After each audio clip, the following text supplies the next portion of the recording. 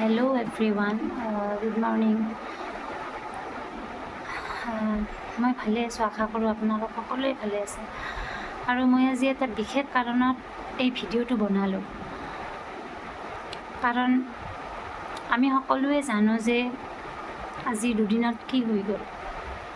আমাৰ সকলোৰে মৰমৰ জুবিন দা আজি আৰু আমাৰ মাজত নাই।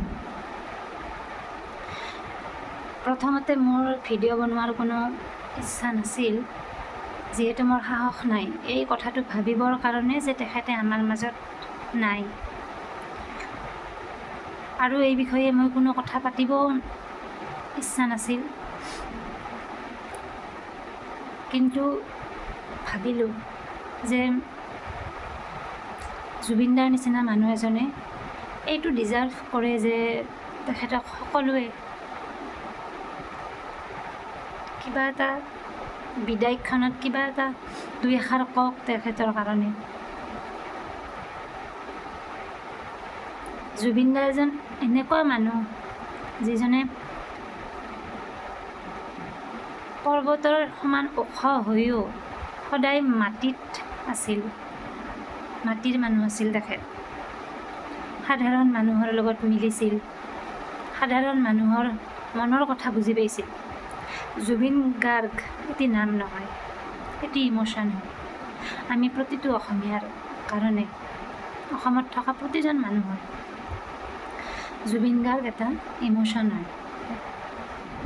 তেখেতৰ গানবিলাক অকল গান নাছিল, প্ৰতিটো মানুহৰ কি ক'ম আৰু, বিশেষ মই বেছি একো ক'ব নোৱাৰোঁ, কাৰণ আজি মই বহুত আৱেগিক হৈছোঁ।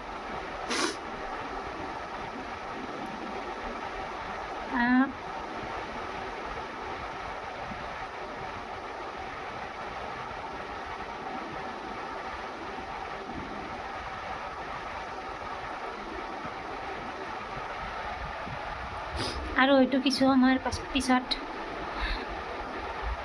জুবিনদাৰ যিটো কায়িক উপস্থিতি আমাৰ মাজৰ পৰা নোহোৱা হৈ যাব। কিন্তু এইটোও সত্য যে তেখেতৰ উপস্থিতি সদায় আমাৰ মাজত থাকিব, আমাৰ মনৰ ভিতৰত থাকিব। হয়তো তেখেতৰ শাৰীৰিকভাৱে উপস্থিত নাথাকে, কিন্তু তেখেতৰ স্মৃতি, তেখেতৰ গানবিলাক আমাৰ মাজত সদায় জীয়াই থাকিব। আজি এই বিদায় মুহূৰ্তত মই এটা কথা আপোনালোকৰ আগত ক'ম বুলি ভাবিছোঁ, আৰু সেইটো হ'ল যে আমি যেতিয়া গুৱাহাটীত আছিলোঁ, তাতে আমি পঢ়িবলৈ গৈছিলোঁ, পঢ়িছিলোঁ। সেই পঢ়ি থকা সময়খিনিত তেতিয়া হয়তো ইয়াৰ আছিল আপোনাৰ 14-15 মান হ'ব। আজিৰ পৰা মোটামুটি 11-12 বছৰ আগত আমি তাত পঢ়িবলৈ গৈছিলোঁ, আৰু আমি প্ৰায়ে জুবিনদাক কমাৰ্চ ব্ৰিজত, সেইখিনিত জু তিনিআলিত প্ৰায়ে আমি তেখেতক দেখিছিলোঁ। আৰু এবাৰ নে দুবাৰ তেখেতে আমাক মাতিছিল যে এদিন, মোৰ এতিয়াও ভালকৈ মনত আছে, সৰস্বতী পূজা আছিল।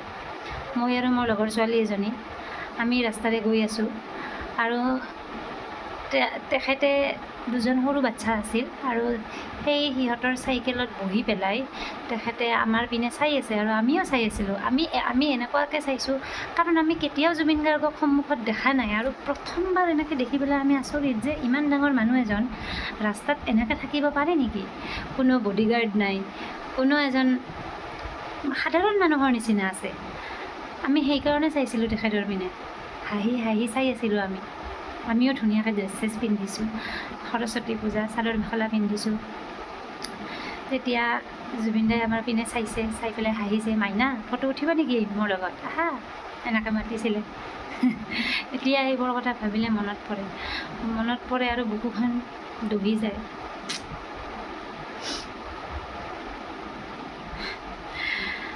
জুবিন দাক বিদায় দিয়াৰ কাৰণে মোৰ শক্তি মোৰ মনত নাই।